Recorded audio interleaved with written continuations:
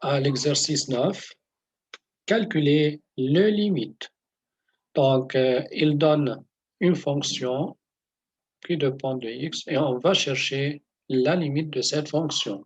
Mais bien évidemment que on va essayer d'utiliser le développement limité pour trouver la limite. Donc, ça, c'est la première application de développement limité.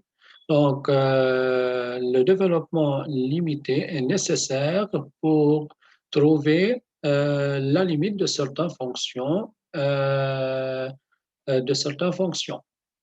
OK, on va voir, par exemple, partie A, limite de x1 plus cosinus x moins 2 tangente x divisé par 2x moins sinus x moins tangente x. Eh bien, c'est quoi la limite de cette fonction? Donc, on va noter le terme dans le numérateur P1 et dans le dénominateur P2. On va chercher tout d'abord P2.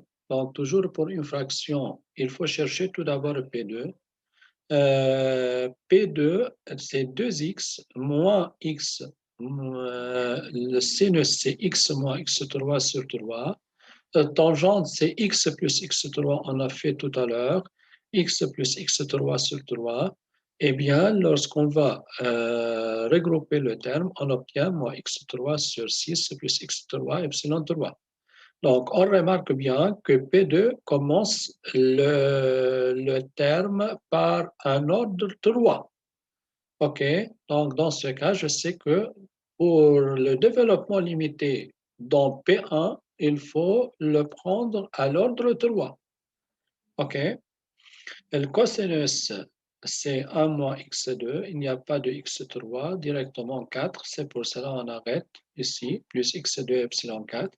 X par 1 plus x plus cosinus x, c'est x par le terme trouvé. En multipliant par x, on obtient les deux termes suivants. Alors, P1 dans ce cas, c'est moins 6 sur 7 x3.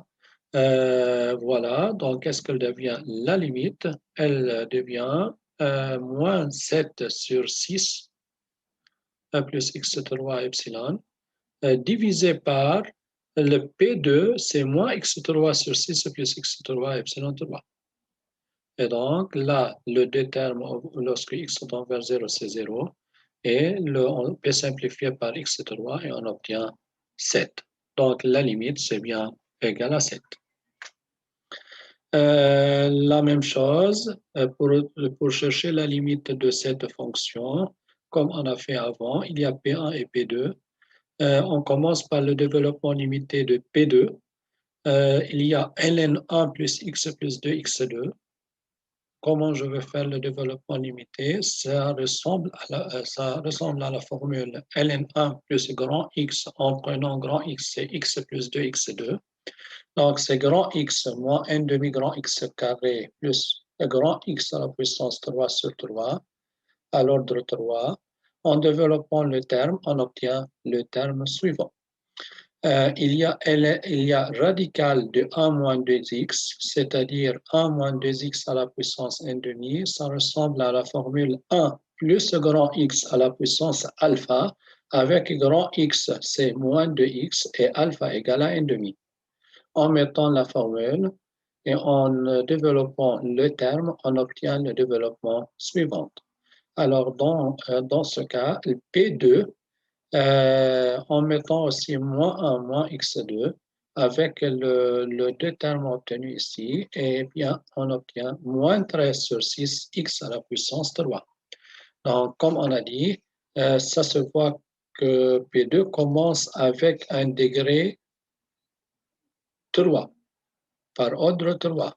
Alors, dans ce cas, je sais que P1, il faut faire le développement limité dans P1 à l'ordre 3. Il y a SHX, c'est x plus x3 sur 3 factoriel, formule directe. Il y a SH2x, mais c'est la formule de SH, sauf qu'il faut prendre grand X égale à 2x. Et la même chose pour SH3x, à l'ordre 3, c'est le développement suivant. Et dans ce cas P1, en faisant le calcul, ce n'est autre que 2x3 plus x3 epsilon 8.